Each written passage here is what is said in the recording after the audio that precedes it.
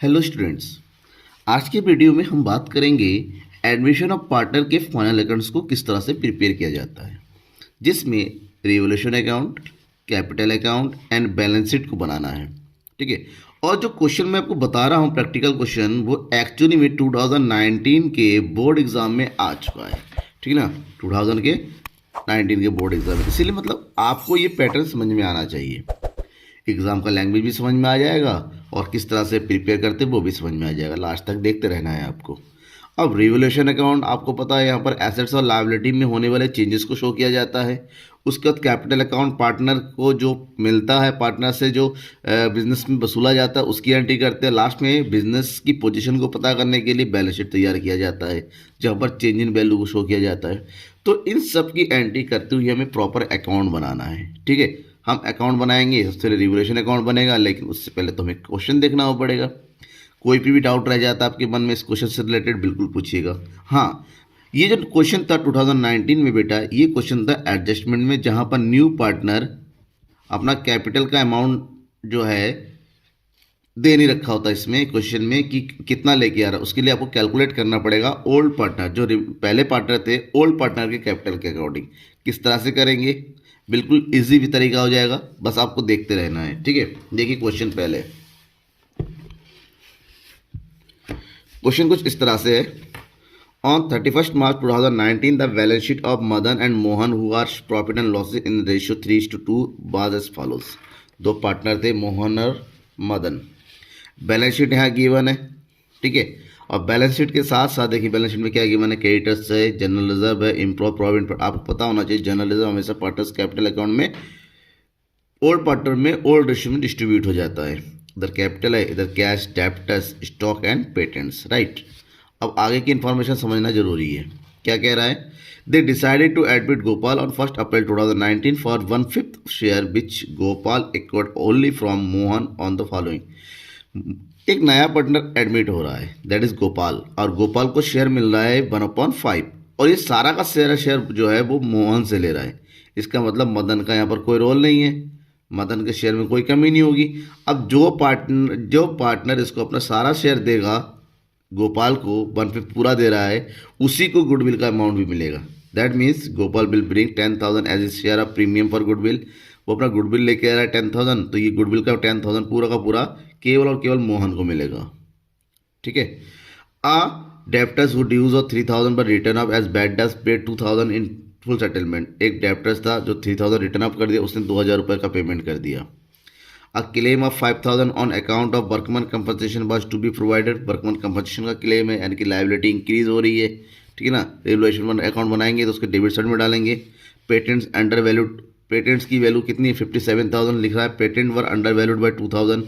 Patent की value यहाँ पर 2,000 से कम लिखी गई है, इसका मतलब 2,000 हमें बढ़ाना पड़ेगा, तो हमें इसको क्रेडिट साइड में लिखेंगे रिवोल्यूशन अकाउंट के। Stock in the value was valued at 10% more then its market value. Stock जो लिखा हुआ है 33,000, मार्केट वैल्यू से 10% ज़्यादा लिखा गया है, तो हमें मार्केट वैल्यू कैलकुलेट करना होगा। उसका जो चेंज आया उसकी एंट्री करनी पड़ेगी।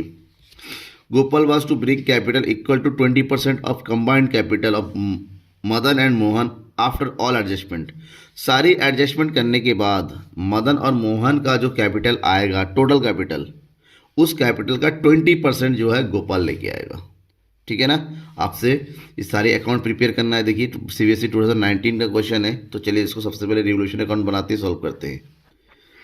रिवोल्यूशन अकाउंट जब बनाते हैं बस इतना ध्यान रखना है, एसेट्स और लायबिलिटी की एंट्री इसमें एंट्री होती है। क्या क्या आइटम दे रखा है, सबसे पहले इसमें दे रखा है एक चीज, क्या हुआ है, डेप्टर्स हुज ड्यूज 3,000।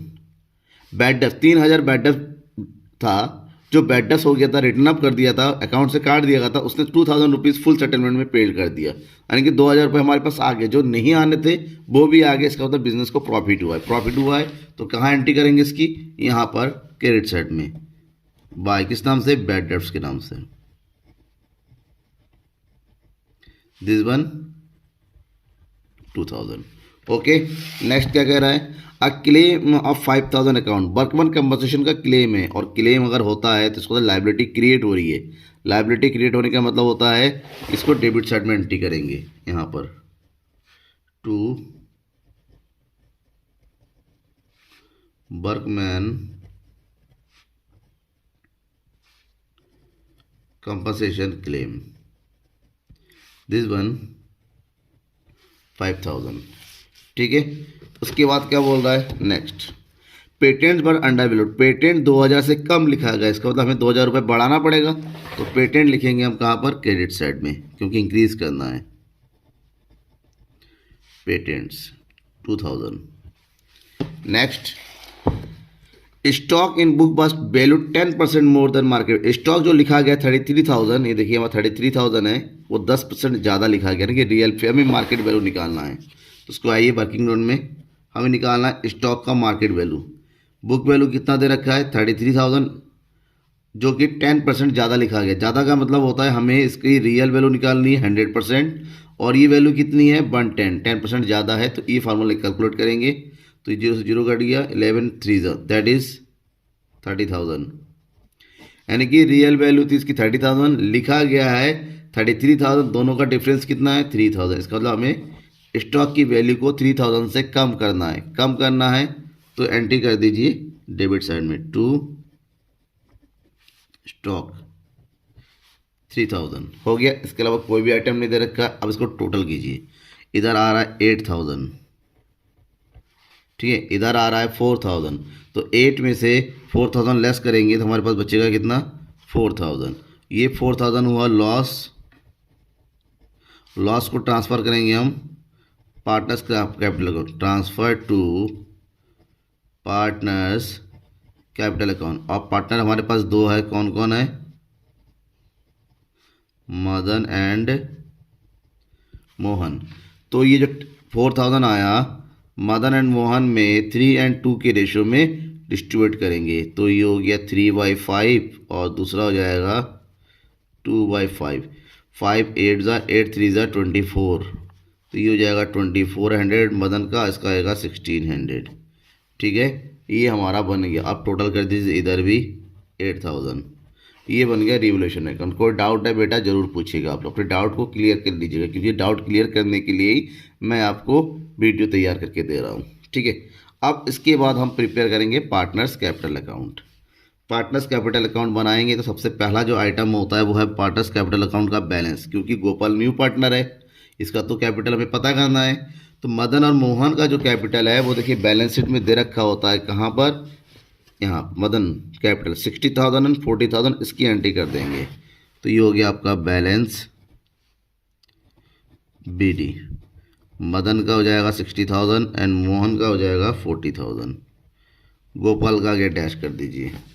एक और चीज़, जो बैलेंस शीट में जनरल रिजर्व दे रखा है 10,000, जनरल रिजर्व को मदन और मोहन में ओल्ड रेशियो में डिस्ट्रीब्यूट कर दीजिए, तो ये हो जाएगा बाय जनरल रिजर्व, ठीक है। 10,000 को डिस्ट्रीब्यूट करेंगे मदन और मोहन में, 10,000 को डिस्ट्रीब्यूट करेंगे तो इसका आ जाएगा 6,000 और इधर आ जाएगा 4,000, ठीक है। नेक्स्ट क्या है, एक चीज़ और, गोपाल गुडविल प्रीमियम लेके आ रहा है, और सारा का सारा सेक्रीफाइस कौन कर रहा है, मोहन, क्योंकि गुडविल प्रीमियम सेक्रीफाइसिंग रेशियो में डिस्ट्रीब्यूट होता है, मोहन अकेला सेक्रीफाइस कर रहा है, इसलिए सारा पैसा 10,000 जो है मोहन को मिलेगा, तो इसका मतलब ये इसको एंट्री करेंगे premium for goodwill, premium for goodwill हो गया। अब एक चीज़ और है, यहाँ पर रिवोल्यूशन का जो लॉस होता है ना, उस लॉस की एंट्री करेंगे क्रेडिट डेबिट साइड में, यहाँ पर टू रिवैल्यूएशन अकाउंट, ठीक है, कितना है ये 2400 और ये हो जाएगा 1600, इसके अलावा कुछ भी नहीं बचा, ठीक है। अब हमें क्या करना है, बैलेंस करना है। अब बैलेंस करिए, बैलेंस करने की कोई दूसरा आइटम है नहीं, मदन का टोटल करते हैं, मदन का टोटल आ रहा है ये 66,000 और मोहन का ये टोटल आ रहा है 54,000, ठीक है। अब इसका तो हमें इनके बैलेंस से ही पता चलेगा गोपाल का, तो ये 66,000 इसका आ गया, 66,000 में से 24 माइनस कर देना है, 66,000 माइनस 2400, तो हमारे पास बचेगा यहाँ पर 63,600, ये जो अमाउंट आया उसको लिखेंगे हम टू बैलेंस CD के नाम से 63,600, यानी कि इसका बैलेंस इतना बचा है नेट बैलेंस। अब इधर सेम 54,000 में से हम 1600 को लेस कर देंगे, तो तो हमारे पास बचेगा 0 to 52,400, तो ये हो गया 52,400। ठीक है, हो गया।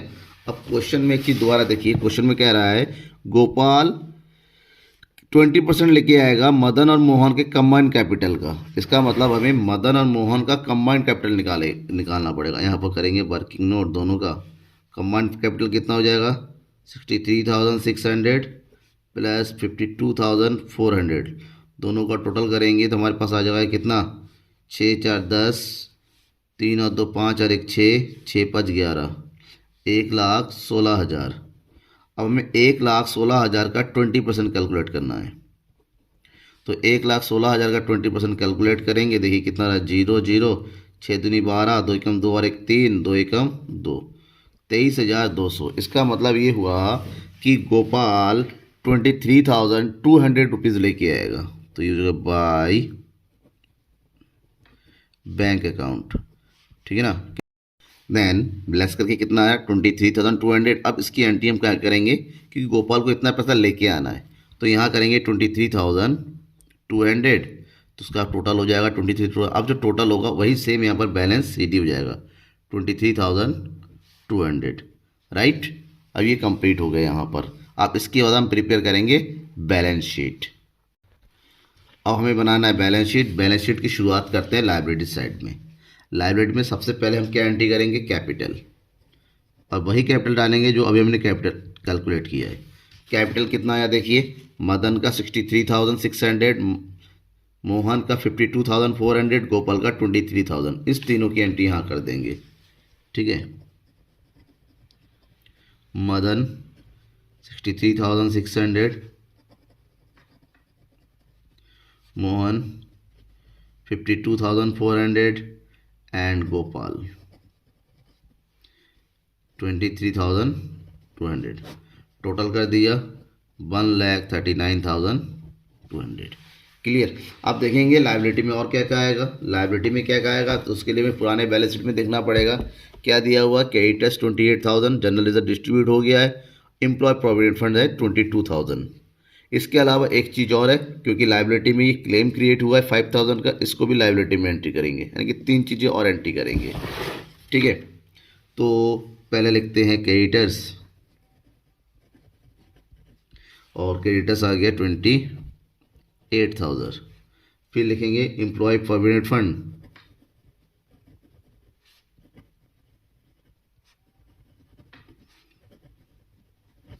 और ये अमाउंट है 22,000।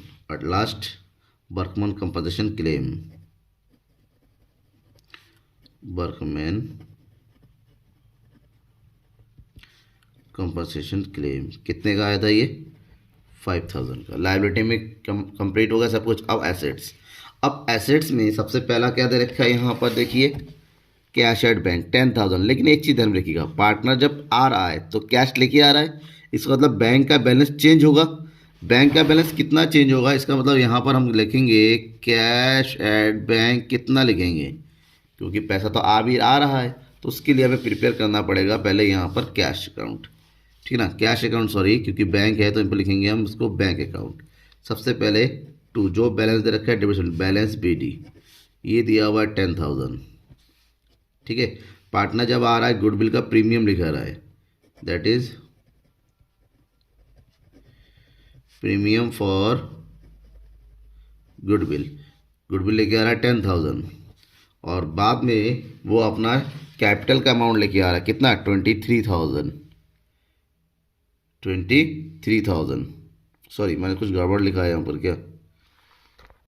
अब गोपाल अपने कैपिटल का कितना अमाउंट लेके आ रहा है 23,200। ये जो अमाउंट है उसकी एंट्री करेंगे हम टू गोपाल्स कैपिटल अकाउंट करके, गोपाल्स